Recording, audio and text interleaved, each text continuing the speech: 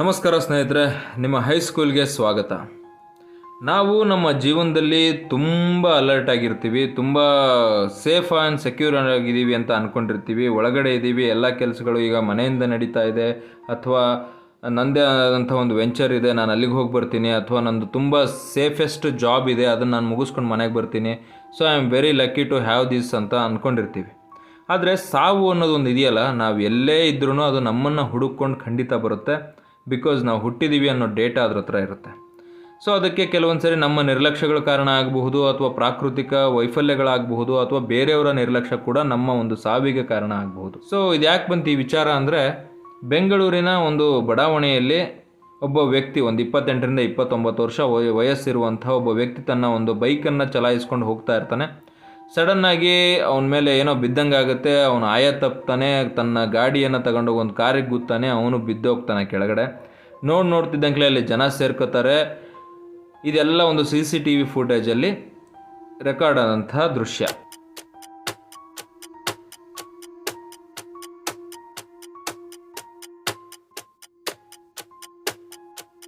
ಏನಾಯಿತು ಅಂದರೆ, ಅವನು ಬೈಕ್ ಚಲಾಯಿಸ್ಕೊಂಡು ಹೋಗ್ತಾ ಇದ್ದ, ಮರದ ಮೇಲಿಂದ ಒಂದು ಕೊಂಬೆ, ಬಲವಾದಂಥ ಕೊಂಬೆ ಅವನ ತಲೆ ಮೇಲೆ ಬೀಳುತ್ತೆ. ಸಡನ್ನಾಗಿ ಅವನು ಆಯ ತಪ್ಪಿ ತನ್ನ ಬೈಕನ್ನು ಕಾರಿಗೆ ಗುದ್ದಿ ಅಲ್ಲಿ ಬಿದ್ದೋಗಿರ್ತಾನೆ. ನೋಡ್ತಿದ್ದಂಗೆ ಅವನ ತಲೆಯಿಂದ ರಕ್ತ ಬರೋದಕ್ಕೆ ಪ್ರಾರಂಭ ಆಗುತ್ತೆ. ಅಕ್ಕಪಕ್ಕದ ಜನ ಎಲ್ಲ ಸೇರಿಕೊಂಡು ಅವನ್ನ ಆಸ್ಪತ್ರೆಗೆ ಸೇರಿಸುವಂಥ ಕೆಲಸ ಮಾಡ್ತಾರೆ. ಅದಾದಮೇಲೆ ಅವರ ಫ್ಯಾಮಿಲಿಗೆ, ಸ್ನೇಹಿತರಿಗೆಲ್ಲ ವಿಚಾರ ಗೊತ್ತಾಗುತ್ತೆ. ಆ ಒಂದು CCTV ಫುಟೇಜ್ಗಳೆಲ್ಲ ಕಡೆ ವೈರಲ್ ಆಗೋದಕ್ಕೆ ಪ್ರಾರಂಭ ಆಗುತ್ತೆ. ಅದಾದಮೇಲೆ ಬೆಂಗಳೂರಿನ BBMPಯ ನಿರ್ಲಕ್ಷ್ಯಕ್ಕೆ ಧಿಕ್ಕಾರವನ್ನು ಕೂಗೋದಕ್ಕೆ ಎಲ್ಲರೂ ಪ್ರಾರಂಭ ಮಾಡ್ತಾರೆ. ಅಂದರೆ ಬೆಂಗಳೂರಲ್ಲಿ ಇಂಥ ಘಟನೆಗಳು ಅಗೇನ್ ಆ್ಯಂಡ್ ಅಗೇನ್ ಆಗ್ತಾನೆ ಇರ್ತವೆ. ರೆಗ್ಯುಲರ್ ಆಗಿ ಇಂಥ ಘಟನೆಗಳಿಗೆ ಬೆಂಗಳೂರು ಸಾಕ್ಷಿ ಆಗ್ತಾಯಿದೆ. ಬೆಂಗಳೂರು ಅಂತಲ್ಲ, ಇವತ್ತಿನ ದಿನಗಳಲ್ಲಿ ಎಲ್ಲ ನಗರಗಳು ಕೂಡ ಇಂತಹ ಒಂದು ವಾಸ್ತವತೆಗೆ ಕಾರಣ ಆಗ್ತಾಯಿದೆ, ಮತ್ತು ನೆಪ ಆಗ್ತಾಯಿದೆ, ಸಾಕ್ಷಿ ಆಗ್ತಾಯಿದೆ. ಕಾರಣ ಏನು ಅಂದರೆ, ಇವತ್ತಿನ ದಿನ ದುಡ್ಡಿರೋರ ಹತ್ರ ವಿದ್ಯೆ ಇಲ್ಲ, ವಿದ್ಯೆ ಇರೋರು ದುಡ್ಡು ಮಾಡೋಕ್ಕಾಗ್ತಾ ಇಲ್ಲ. ಇಂಜಿನಿಯರ್ಗಳು ಅಂತ ಊರಲ್ಲಿರ್ತಾರೆ, ಅವ್ರ ಹತ್ರ ದುಡ್ಡಿರಲ್ಲ, ಅವ್ರ ಹತ್ರ ಸಿವಿಲ್ ಕಾಂಟ್ರಾಕ್ಟ್ಗಳನ್ನು ಮಾಡಿಸೋವಷ್ಟು ಪವರ್ ಇರಲ್ಲ, ಅವ್ರಿಗೆ ರೆಕಮೆಂಡೇಷನ್ಗಳಿರಲ್ಲ. ಅಲ್ಲಿ ಊರಲ್ಲಿ ರೆಕಮೆಂಡೇಷನ್ ಇರೋರಿಗೆ ವಿದ್ಯೆ ಇರಲ್ಲ. ಸೊ ಹಾಗಾಗಿ ಎಲ್ಲ ಕೂಡ ಮಿಸ್ಮ್ಯಾಚ್ ಆಗೋದ್ರಿಂದ ಒಂದು ಸಿವಿಲ್ ಇಂಜಿನಿಯರ್ ಡಿಗ್ರಿಯನ್ನು ತೊಗೊಂಡು ಅವ್ನ ಕೆಲಸಕ್ಕೆ ಅಲ್ದಾಡಿ ಕೊನೆಗೆ ಏನೂ ಸಿಗಲಿಲ್ಲ ಅಂದರೆ ಊರಿಗೆ ಹೋಗಿ ಕೂತ್ಕೊಂಡಿರ್ತಾನೆ. ಅವನ ಹೆಸರಲ್ಲಿ ಒಂದು ಲೈಸೆನ್ಸನ್ನು ಮಾಡಿಕೊಂಡು ದುಡ್ಡಿರೋನು, ಇನ್ಫ್ಲೂಯೆನ್ಸ್ ಇರೋನು ಬಂದು ಕಾಂಟ್ರಾಕ್ಟ್ನ ಮಾಡೋದಕ್ಕೆ ಪ್ರಾರಂಭ ಮಾಡ್ತಾನೆ. ಸೊ ಇಲ್ಲಿ ಓದದೇ ಇರೋನು ಬಂದು ಕಾಂಟ್ರಾಕ್ಟ್ ಮಾಡೋದ್ರಿಂದ ಏನಾಗುತ್ತೆ, ಅನ್ಸೈಂಟಿಫಿಕ್ ಆಗಿ ಕಟ್ಟಡಗಳು ನಿರ್ಮಾಣಗಳಾಗಿರ್ಬೋದು, ಅಥವಾ ರಸ್ತೆಗಳ ನಿರ್ಮಾಣ ಆಗಿರ್ಬೋದು, ಅಥವಾ ಏನೇ ಆಗಿರ್ಬೋದು, ಅದೆಲ್ಲ ಅನ್ಸೈಂಟಿಫಿಕ್ ಆಗಿ, ಅಂದರೆ ಅವೈಜ್ಞಾನಿಕವಾಗಿ ನಿರ್ಮಾಣ ಆಗೋದಕ್ಕೆ ಪ್ರಾರಂಭ ಆಗುತ್ತೆ.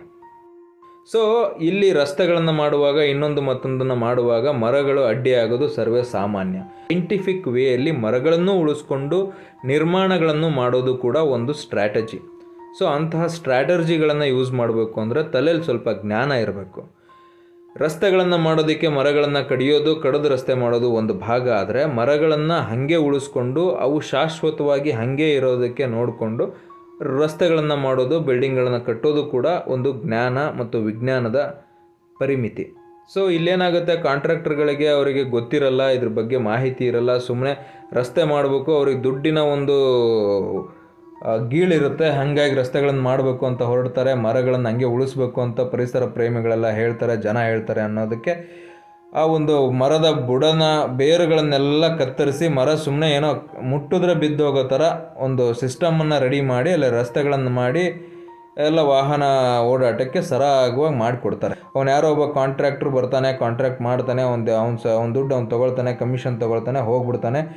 ಮಾಡಿಸಿದಂತಹ ರಾಜಕಾರಣಿಗಳು ಕೂಡ ತಮ್ಮ ಕಮಿಷನ್ ತಗೊಂಡು ಸರ್ಕಾರಗಳು ಮುಗಿದ ಮೇಲೆ ತಮ್ಮ ಮನೆಯಲ್ಲಿ ಮಕ್ಕಳ ಜೊತೆ, ಮೊಮ್ಮಕ್ಕಳ ಜೊತೆ ಆರಾಮಾಗಿ ಹಾಯಾಗಿರ್ತಾರೆ. ಬಟ್ ಆ ಬಡಾವಣೆಯಲ್ಲಿ ವಾಸಿಸುವಂತಹ ಜನ ಇದ್ದಾರಲ್ಲ, ಅವ್ರಿಗೆ ಅದ್ರ ಬಗ್ಗೆ ನಯಾ ಪೈಸಾ ನಾಲೆಜ್ ಇರಲ್ಲ. ಸುಮ್ಮನೆ ಏನೋ ಒಳ್ಳೆ ರಸ್ತೆ ಆಯಿತು ಅಂತ ಓಡಾಡ್ತಿರ್ತಾರೆ. ಈ ಒಂದು ಸಮಯದಲ್ಲಿ ಗಟ್ಟಿ ಇಲ್ಲದೆ ಇರುವಂತಹ, ಬೇರೆ ಇಲ್ಲದೆ ಇರುವಂತಹ ಮರಗಳು ಅಲ್ಲಿ ಇರ್ತವೆ. ಸೊ ಅವು ಸಡನ್ನಾಗಿ ಸಣ್ಣ ಪುಟ್ಟದ ಗಾಳಿ ಬಂದರೆ, ಮಳೆ ಬಂದರೆ, ಅಥವಾ ಆಯಸ್ ಮುಗಿದು ಕೆಳಗೆ ಬೀಳುವಂತಹ ಸಂದರ್ಭ ಇರುತ್ತೆ. ಆ ಕ್ಷಣಕ್ಕೆ ಯಾವ ವ್ಯಕ್ತಿ ಅದರ ಅಡಿಗೆ ಹೋಗ್ತಾನೋ, ಸಿಲುಕ್ತಾನೋ ಅಂಥವನು ಅಲ್ಲಿ ಪ್ರಾಣವನ್ನು ಕಳ್ಕೋಬೇಕಾಗತ್ತೆ. ನೋಡಿ, ಆ ಘಟನೆಯನ್ನು ನೀವು CCTV ಫುಟೇಜನ್ನು ನೋಡಿದ್ರೂ ಕೂಡ 1 ಸೆಕೆಂಡ್ ಅವನು ಆ ಕಡೆ ಹೋಗಿದ್ರೂ ಬದುಕ್ಬಿಡೋನು, ಅಥವಾ 1 ಸೆಕೆಂಡ್ ಈ ಕಡೆ ಇದ್ದಿದ್ರೂ ಬದುಕ್ಬಿಡೋನು. ಆ ಟೈಮ್ಗೆ ಅವನು ಹೋಗಬೇಕು ಅನ್ನೋದಿದೆಯಲ್ಲ, ಇದನ್ನು ವಿಧಿ ಆಟ ಅನ್ಬೇಕು ಅಥವಾ ಬೇಜವಾಬ್ದಾರಿತನದ ಒಂದು ಮೂಲ ಅನ್ಬೇಕು, ಗೊತ್ತಿಲ್ಲ. ಇಲ್ಲಿ ಒಂದು ಕಾಂಟ್ರಾಕ್ಟರ್ಗಳು ಅವೈಜ್ಞಾನಿಕವಾಗಿ ರಸ್ತೆಗಳನ್ನು ಮಾಡ್ತಾರೆ, ನಮ್ಮ ಒಂದು ರಾಜಕೀಯ ವ್ಯವಸ್ಥೆ ಸರಿ ಇಲ್ಲ, ಇದೆಲ್ಲ ಖಂಡಿತ ಸರಿನೇ, ತಪ್ಪೇನಲ್ಲ. ಆದರೆ ಇಂಥವ್ರ ಮಧ್ಯೆ ನಾವು ಬದುಕ್ತಿದ್ದೀವಿ ಅಂದಾಗ ನಾವು ಕೂಡ ಸ್ವಲ್ಪ ಜಾಗರೂಕತೆಯಿಂದ ಇರೋದು ಕೂಡ ಮುಖ್ಯ ಆಗುತ್ತೆ. ಉದಾಹರಣೆಗೆ ಈಗ ಹೇಳಬೇಕು ಅಂದರೆ ಆ ವ್ಯಕ್ತಿ ಈಗ ತೀರ್ಕೊಂಡಂತಹ ವ್ಯಕ್ತಿ ಅವನು ಹೆಲ್ಮೆಟ್ ಏನಾದ್ರು ಹಾಕ್ಕೊಂಡು ಹೋಗಿದ್ದಿದ್ರೆ ಅಟ್ಲೀಸ್ಟ್ ತಲೆ ಮೇಲೆ ಕೊಂಬೆ ಬಿದ್ದಿದ್ರು ಅಂಥ ದೊಡ್ಡ ಮಟ್ಟದಲ್ಲಿ ಅವನಿಗೆ ಹಾನಿ ಆಗ್ತಾ ಇರಲಿಲ್ಲ, ಬದುಕೋ ಅಂತಹ ಚಾನ್ಸಸ್ 100% ಇರೋದು ನನ್ನ ಪ್ರಕಾರ. ಸೊ ಹಾಗಾಗಿ ನಾವು ಕೂಡ ನಮ್ಮ ಒಂದು ಅಲರ್ಟಲ್ಲಿ, ನಮ್ಮ ಒಂದು ಅಲರ್ಟ್ನೆಸ್ಸಲ್ಲಿ ಇರೋದು ಕೂಡ ತುಂಬ ಮುಖ್ಯ ಆಗುತ್ತೆ. ಹಾಗಾಗಿ ಯಾರ್ದೋ ಮೇಲೆ ನಮ್ಮ ಜೀವವನ್ನು ಅವಲಂಬನೆ ಮಾಡ್ದೇ ನಾವೇ ನಮ್ಮ ಜೀವನದ ಸೂತ್ರಧಾರಿಗಳಾಗಬೇಕು. ಇಂಥ ಕೆಟ್ಟ ಒಂದು ವ್ಯವಸ್ಥೆಯಲ್ಲಿ ನಾವು ಬದುಕ್ತಿದ್ದೀವಿ ಅಂದಾಗ ನಾವು ಅಲರ್ಟ್ ಆಗಿರೋದು ತುಂಬ ಮುಖ್ಯ ಆಗುತ್ತೆ. ಎಲ್ಲರೂ ಬೇಜವಾಬ್ದಾರಿಗಳಾಗಿದ್ದಾರೆ, ನಾವು ಕೂಡ ಬೇಜವಾಬ್ದಾರಿಗಳಾದರೆ ನಮ್ಮ ಜೀವಕ್ಕೆ ನಾವೇ ಬೆಲೆ ತರಬೇಕಾಗತ್ತೆ, ನಮ್ಮ ಕುಟುಂಬಕ್ಕೆ ನಾವೇ ಬೆಲೆ ತರಬೇಕಾಗತ್ತೆ. ಹೇಳ್ತಾ ಈ ವಿಡಿಯೋನ ಇಲ್ಲಿಗೆ ಮುಗಿಸ್ತಾ ಇದ್ದೀನಿ. Thank you.